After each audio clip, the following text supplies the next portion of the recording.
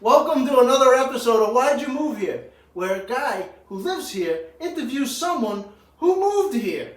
Why anyone would do that is beyond me, but we're going to find out. In today's episode, I'd like to welcome you to Izolda Trakhtenberg. Hey there. How are you? I'm excellent. Thank you very much for asking. This has been one hell of a couple of days. Oh, well, let's get jumped right into it. What's been so bad about the last couple of days? No. It's been great. I booked a really fun consulting gig yesterday afternoon that's going to be all about innovation and creativity. So I'm going to get to go into company and really get them innovating and excited to work together through music and writing. And then I got a really fun new sponsor for my podcast. So all sorts of stuff is like, just yesterday it all went kabloom in a really good way. In one day. In one day, That's yeah. funny. Like when it rains, it pours, but when it rains, it also, it's kind of nice sometimes, right? Yeah. Well, I call it sort of gathering the sand to build your sandcastle. You know, you spend a lot of time gathering the sand before you ever start building. And I've been gathering a lot of sand for a long time. And then all of a sudden things start happening and the castle starts getting built and things are really moving and I'm loving it. Do you find that you're able to be grateful in the moment, pay attention to the moments, and realize like good things are happening while they're happening? That's why I said it's been a hell of a day. Yeah, absolutely. I mean, I have a meditation practice, and one of the things that I do as part of this daily practice is I think about my gratitude practice, but also every single morning I write in a journal, and one of the things I do is write down 3 things I'm grateful for, and I really don't just write them down. I really sort of go in and go, what about this am I actually grateful for? Because to me, mindfulness is ultimately about awareness and observing yourself in the moment. And so all the time I'm trying to be grateful because, you know, it's funny. So I'm gonna just start on in. I'm an immigrant. I wasn't born in this. Well, get out! No, I'm just kidding. We're pro-immigrant in this house. My girlfriend immigrated from Russia at 8, so that's. I immigrated from right next to Russia at 6. So there you go. We're seriously. Pardon me for being New York geography illiterate. What's right next to Russia? Oh, so many different countries. Moldova is now. It was part of the Soviet Union when it was still the Soviet Union, and it's a little landlocked country right between Romania and Ukraine. So it was part of the Soviet Union. So your girlfriend immigrated, so did I from that entire part of the world. I think she's from Chechnya, technically. Chechnya? Chechnya. Yeah, it's that. Don't tell Chechens that you call them Russians. That's probably. No, you're right. I remember talking about that. So, but yeah, and so the thing about why immigrating and everything, when I'm in that headspace of gratitude, when I'm in that headspace of being present and accounted for, I go back to that. And what I mean by that is we left the Soviet Union, and this is a long time ago in the 1970s, when they were basically telling people, if you don't want to be here, get out. And so, like you just did, and so we left. And then years and years later, I was working for NASA, and we were doing workshops all over the world. And we traveled to Kyrgyzstan, which is Central Asia, used to be part of the Soviet Union. And there's a poor country and not a lot of resources. And we were there to do this huge NASA workshop and bring them all this technology that they were going to be able to use to do all this science. And the woman who was the head of the party, we were sort of there under diplomatic pouch, Peggy looked at me and she said, you know, Izolda, there, but for the grace of God, go you. And I went, yeah, this could be me. I could be living hand to mouth in a very different life than the one I got to have because my family moved here. So daily, every day that I get to put both feet on the ground and go, here I am incredibly grateful. That's wonderful. Do you find that when you write the 3 things in the morning, do you find that they ever overlap or are they different things? Okay, yes and no. Almost daily, I'm grateful for my cats, I have to admit. Sometimes my husband comes in there when my dog... So sometimes your husband sometimes makes the top 3 things that you're grateful for in your life. Yes, but not always. Try harder, guys, all right? Hear that, Rich? You better try harder. No, but when my dog, my beautiful, amazing dog, Hatha, was alive, I was often grateful for him. Just grateful for animals in general, but the overlap, I would love the overlap to be daily because it would mean that there was an awareness every day of those same kind of consistent things. I'm wildly inconsistent. There are times when I'm grateful for my yoga practice. There are times I'm grateful that I can sing. That is one of my biggest joys in the world is to sing. And so being grateful that I can sing, that I'm allowed to sing, that my voice holds up, that's one of the things that I find myself overlapping. But then there are times when I'm like, I'm actually really grateful for French fries. That's one of the things. That's funny that you say that, because the second you started that sentence in my head, I had started to think of the things I was grateful for, and Doritos kept the purple Doritos kept popping up. I was like, oh, health, wealth, Doritos, like all the top three. Yeah, it's weird. Not that I have any wealth. I don't know why wealth came in there, but hey, gotta be great. You know, it's funny because one of the things I have a couple of business coaches and they're fabulous, and one of the things that one of my coaches says is constantly live as if, you know, behave as if you do have wealth. And then you put yourself into that mindset where wealth sort of starts bubbling up. And that's the thing that you and I were talking about before we started recording, with this wonderful consulting opportunity that just showed up, and a really cool new sponsor for my podcast that just showed up. I've been putting it out there. I've been talking about it, thinking about it, writing about it, being grateful for all of the prosperity I already have, whatever level that is. And behaving that way as if my life is full of bounty and abundance brings it to me, and I freaking love that it happens that way. I think there's something to be said for attracting the things you want. People use the term manifestation, and you have to work for things, but at the same time, you can't work toward things you haven't thought about. Exactly. So vision accounts for something, for sure. Yeah, oh, sure, Yeah. Absolutely. And I think, you know, when we're talking about vision, to visualize something is lovely. To visualize it as if it already is sort of taking the next step, because then you're making it kind of 3D. You know, just the imagination is great, and I love it, and I act what if, and I ask what if all the time. Imagine if this happened, imagine if that happened. But then you have to look at it from the perspective of, okay, but what kind of steps can I be taking towards that thing that I've imagined? And they don't have to be big steps. And I've written several books, and one of the books I talk about breaking things down into their 3 tiniest steps forwards. You don't need to go like gigantic, enormous You steps. gotta move properly. Well, properly, and also sometimes the steps are overwhelming. You don't want to, yeah, that's a good word to use, So, overwhelming. I yeah. feel like a lot of people are overwhelmed by trying to do things too fast or too rushing. You have to take the proper steps. You can't skip to 6 if you haven't done it in 1, 2. You know what I mean? Because Yeah, you learn some real good lessons in Absolutely. those steps to avoid. So all right. So we talked about where you're from. Why would you move to New York City? I'm gonna be honest. I've been here for 47 years. I'm so perplexed by why anyone would move here now. When did you move here and why? June of 2019, so almost 5 years ago. Oh, so you moved here right before COVID, huh? Oh yeah, we moved here and then COVID. Is it possible that you brought COVID to New York City? It's possible. It might not be my fault. I'm patient zero. No, I mean, what's interesting about it is, again, we go back to being an immigrant. So we left the Soviet Union when I was 6. We spent a year traveling to different countries because you couldn't go directly to the USA from the Soviet Union. No diplomatic relations. You weren't allowed to do that. Yeah. So we took a kind of circuitous route, and we spent the last couple of months before we got here in Italy, and then from Italy we went to Ireland, and then from Ireland, from Shannon Airport on the west coast of Ireland, almost the west coast, we flew out. And when we flew out, when we arrived here, it was February 27th, 1974, long ago. That's a while ago. It's been a while, yeah. But I was 7 years old, and I saw the New York skyline because we flew into JFK, and I didn't know anything. I didn't speak English. I knew nothing. But I saw the New York skyline and went, and I just completely fell in love. And the very next day, we moved to Detroit because that's where we were placed. Why wouldn't you, right? Well, I mean, what happened was when you're immigrating, they ask you, what do you do? Because Yeah. they want to place you where you'll be able opportunity, to right. And so my father was a mechanical engineer, sort of. And so that's what he told them. And they said, you have 2 choices, Denver for oil or Detroit for cars. And he went Detroit for cars. So that's where we went. And I lived there, went to the University of Michigan. And then after that, was all set to move here. I was like, I'm moving to New York. It's going to be great. And how old are you at this point? Right after college, Yeah. 21, 20. And crap. So I had a job lined up, and I had a place lined up, and I lost both of them on the same day.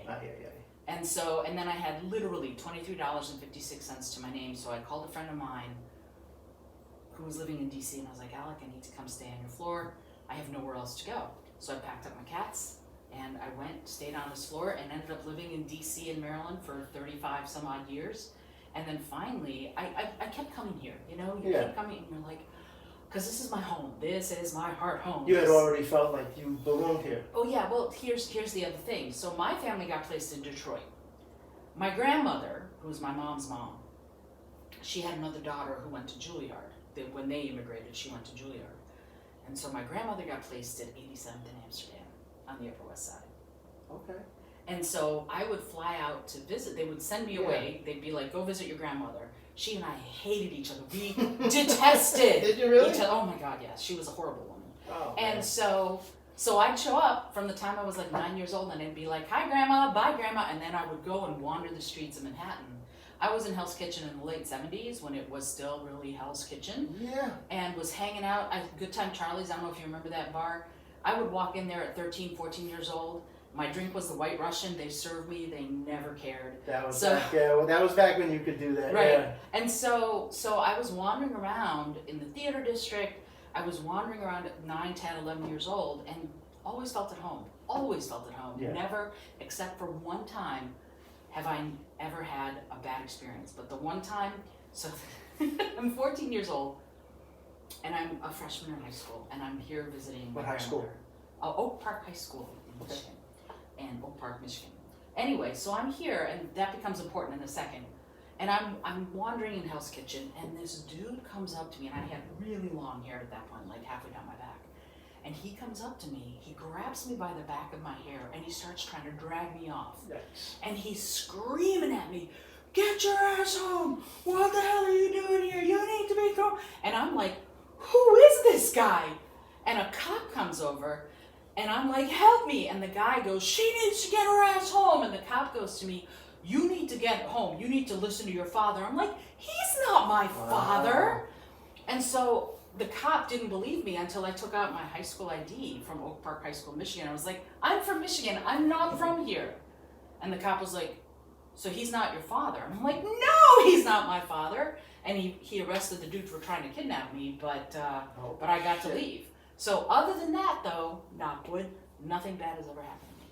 That's a pretty bad thing, but yeah. So you've been pretty lucky as far as like living in New York with no problems. Yeah, I mean, grateful every day. But this place, to me, New York is magic. To me, it's about the fact that anything you can imagine, you can try here, you can do here, and probably you will find other people who are going, you know what? That sounds really cool. I want to help you.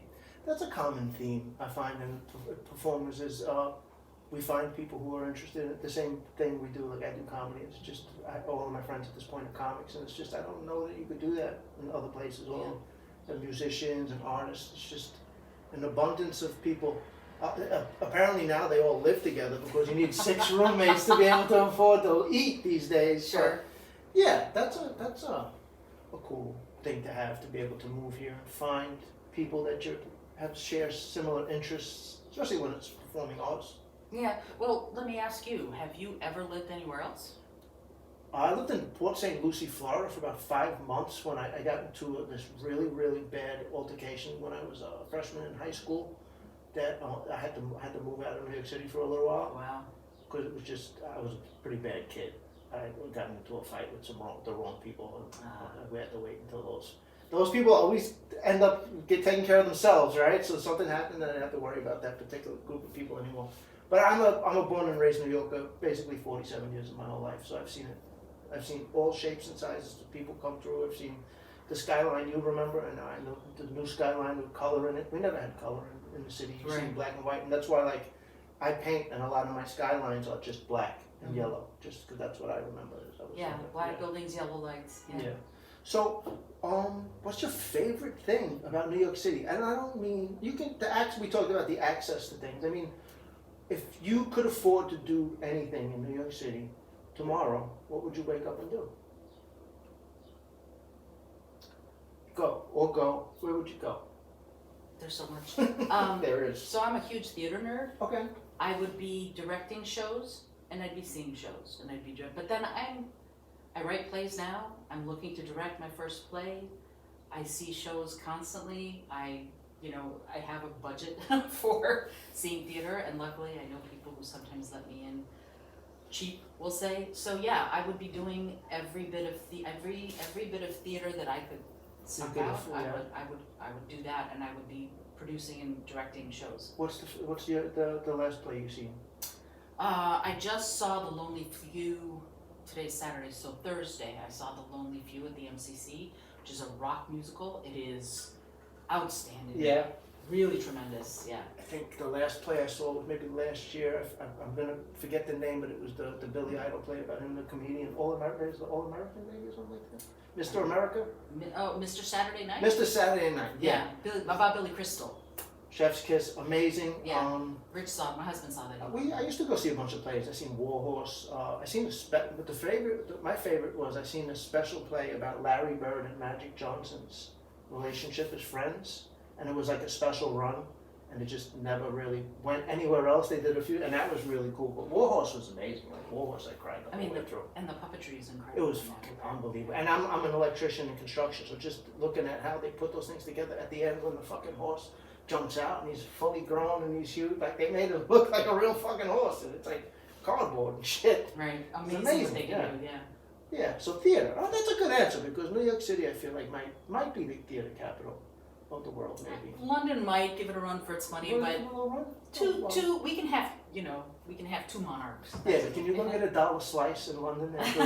No. No? You can get dollar fish and No, chips maybe, but I'm vegan, so it doesn't matter. Well, same here. I can find vegan pizza at 1 o'clock. That's a great thing about New York City, is you can find a vegan slice at 1 o'clock in the morning. Yeah, you can. You might have to go to Brooklyn for it, but hey, What about that place near Penn Station? The name was Suprema, Pizza Suprema. They have over there. Oh yeah, they have some really nice slices, vegan stuff. I got a spot right up the block. They make a fucking vegan Sicilian.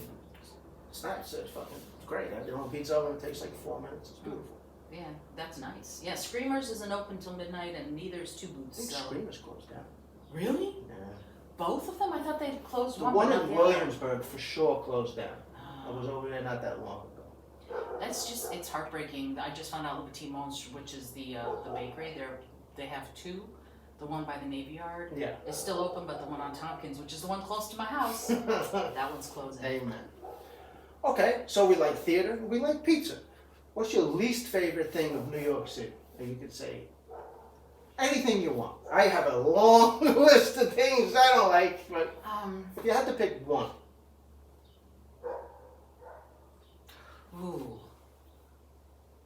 I like most things. Yeah. I do. So I'm trying to think.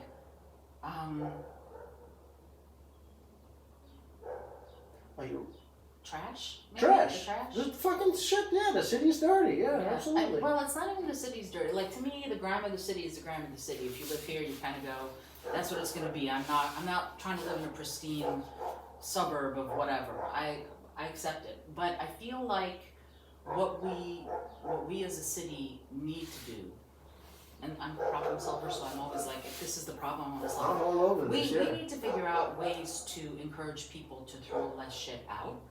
In other words, if you can compost it, compost it. If you can recycle it, recycle it. If you can reduce the use of it, do that. Repurpose things, because we don't have that mindset in the city as much as I think we could. Yeah. And this is not to say that, I'm not blaming anybody or whatever, but I think if we changed our mindset about how we treat what we no longer need or want to use, then a lot of things, we would just have a lot less trash. Yeah, you're taking the educational approach to say, hey, look, guys, maybe we can try it better, we can do different things. And so, see, I'm more of like, if you get caught littering 3 times, like, go to jail. You know what I mean? Let's bring back 3 strikes for, let's say, like, I watched a guy throw a pizza box in the street the other day. There's a garbage can right there. Yeah. You know what I mean? And Yeah. it's like, then we wonder, like, we pay fucking thousands of dollars for apartments, and like, the streets are filled with garbage. Yeah. I get the grime, and I get, New York City is never going to be pristine, like you said. But Jesus Christ, I mean, do we own street sweepers anymore? Right. Well, and that's the thing. Like, where do you imagine it's going? If you're throwing it in the street, where does it go? It's just out of your head? Well, no, because you're going to step in it tomorrow morning when Should you go wake up. So. right on Eric Adams' Yeah. fucking street. Well, and this is the thing. I did environmental education for NASA for many years, and let me tell you something. I would walk into these schools, and I would talk about, where do you think the trash goes? And they'd be like, away. And I'm like, Away, yeah. where is away? What does that mean? And then we have to, because there are some kids who just they don't get that kind of lesson. And the more we teach the decision makers of tomorrow, the better, as far as what we need to do short-term and long-term so that they have a livable planet when they're adults. It's so weird that they just don't grasp, like, the planet might not survive our behavior, It's going to be theirs. It's tough. I don't know. The city, I can't see what big cities end up looking like in like 20 years from now. So many people. So many people in New York City. Guys, Sure. There's no room for any more. Yeah, but here's the thing though. This is something that happened during the pandemic. Most of the people I knew left.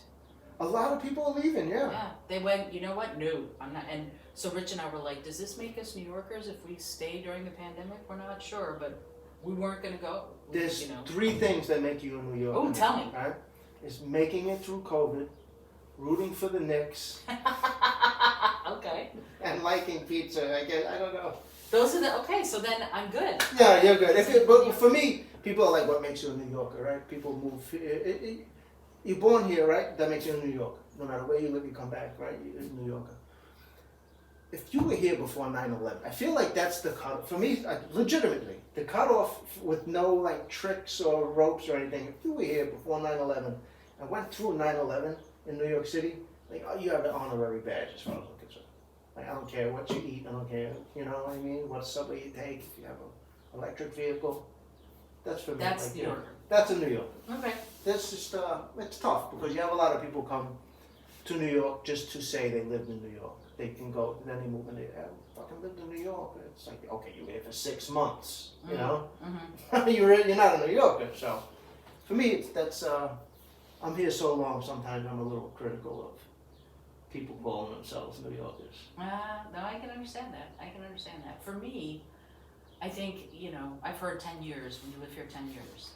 I just have always felt like this is an interesting thing, and this is one of those things that, as an immigrant, it's weird, because I feel like Rich calls me an alien anyway. He just calls me an alien, like I'm from outer space. Not just from a different country, but from outer space. And as someone who, I don't look like an immigrant as far as I don't have an accent, I don't, those are the things. So you can't tell until I tell you my name or until I tell you that I'm an immigrant. Good story, yeah. You can't really tell. And so, yet I've always felt other. I've always felt like, I don't know, because here you probably were able to ask your parents for things like, what does this mean, or you saw them doing the things so that you were able to learn sort of by osmosis. My parents had no clue, right? So anything I learned either by watching television, truly, that's how I learned to speak English, watching Happy Days and the Brady Bunch, or I paid attention to books or movies or, the outside world. So a lot of what goes on inside me is this weird sort of, I feel different than other people, but I don't appear different than other people. So sometimes, and Rich says, you do things that are just weird. And I'm like, yeah, it's true. I do things that are just weird because I come from a different culture, but I don't look like I come from a different culture. So it's a weird sort of thing. New York is one of the places in my life that I have been where I've never felt other. I don't feel other in New York. Because everyone is other. Everyone is other. Yeah. Yeah, but also New York has this thing where New York, the city, is very objective. It's like you do what you do, and is it going to spit you up and chew you up and spit you out? Maybe. Or maybe not. A lot of it is up to you. A lot of it ends up being what you do, how you approach this city, how you approach what you want to do while you're here. I'm never leaving, so I don't know if I'm a New Yorker yet, but I was like, they'd have to drag me kicking and screaming from this city. Yeah. Because I don't feel other here. I feel like this is home. Even if other people go, yeah, you're not really a New Yorker. I'm like, that's okay. Even my own husband thinks I'm an alien. It's a hard city to live in. It's like, it can be a tough place to live. So I'm with you. Like, I'm not going anywhere, but I'm also not going to stop complaining about fucking anything anytime soon. Sure. Sure. I mean, but that's the thing though. Honestly, you've earned the right to complain about it. You're a New Yorker. 100%. I earned the fucking right to complain about the subway fares and the crime and all of this shit and how much fucking... Why does romaine lettuce cost $8? It's a good question. Holy shit! Like, Yeah. all right. Well, I asked you a bunch of questions, and you were great about answering. I like to give the guests an opportunity to ask me one question, anything you want. If this is like a version of truth or dare, but we take dare out of it. All right. What does a successful creative career look like for you? Okay, so I've made some major progress in how I can answer that question recently. When I first started, I thought it was fame. At no point did I care about making money as a creative. I paint, I do comedy, I write. At no point in my life have I ever said this is for money, right? But I did theoretically want people to know me or see me doing it, right? Fame, right? Even if it's on a small level. I just wanted people to see me doing this and say, hey, he does that. Rory Lutz is a comedian, right? But as I started to work with other people, and my friend Adam Elliott has been actually really inspirational in this. I've watched him, we're good friends. Enjoying it is the success for me. Enjoying it. Being happy, not only doing it, but being excited to do it. Like looking forward to doing it.